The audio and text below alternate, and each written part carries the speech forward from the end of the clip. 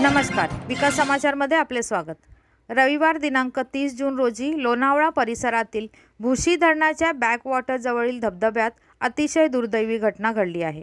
दुपारी 4 वाजण्याच्या सुमारास हडपसर पुणे येथील लियाकत अन्सारी आणि युनुस खान हे त्यांचे 17 ते 18 कुटुंब सदस्यांसह वर्षा विहाराकरिता भुशी डॅमच्या पाठीमागे असलेल्या दुर्गम भागातील धबधब्याकडे गेले असता पावसामुळे पाण्याचा जोर अचानक वाढल्याने त्यांच्या कुटुंबातील एकूण 10 जण जोरदार आलेल्या पाण्याचे प्रवाहात वाहून गेले।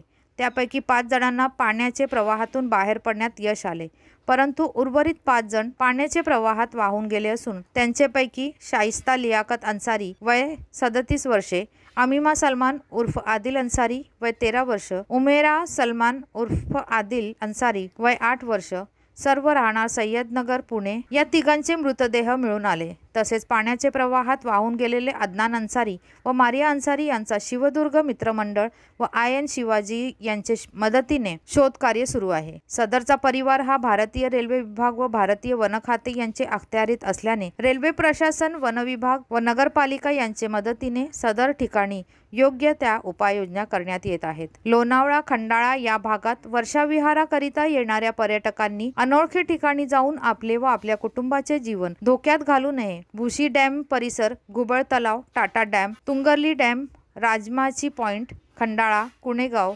कुरवंडे या भागात वर्षाविहाराकरिता येणारे पर्यटकांनी पोलीस व प्रशासनास सहकार्य करण्याचे आवाहन करण्यात येत आहे। लोणावळा व खंडाळा परिसरात वर्षाविहाराकरिता येणाऱ्या पर्यटकांनी आपली व आपल्या कुटुंबाची योग्य ती काळजी घेऊन वर्षाविहाराचा व पर्यटनाचा आनंद घ्यावा। निर्जन स्थळी जाऊन आपले व आपल्या कुटुंबाचे जीवन धोक्यात घालू नये, असे आवाहन लोणावळा शहर पोलीस स्टेशन यांच्या वतीने करण्यात येत आहे। धन्यवाद। वसईहून मी शहनाज शेख, विकास समाचार चॅनलला लाईक, शेअर, सबस्क्राईब जरूर करा।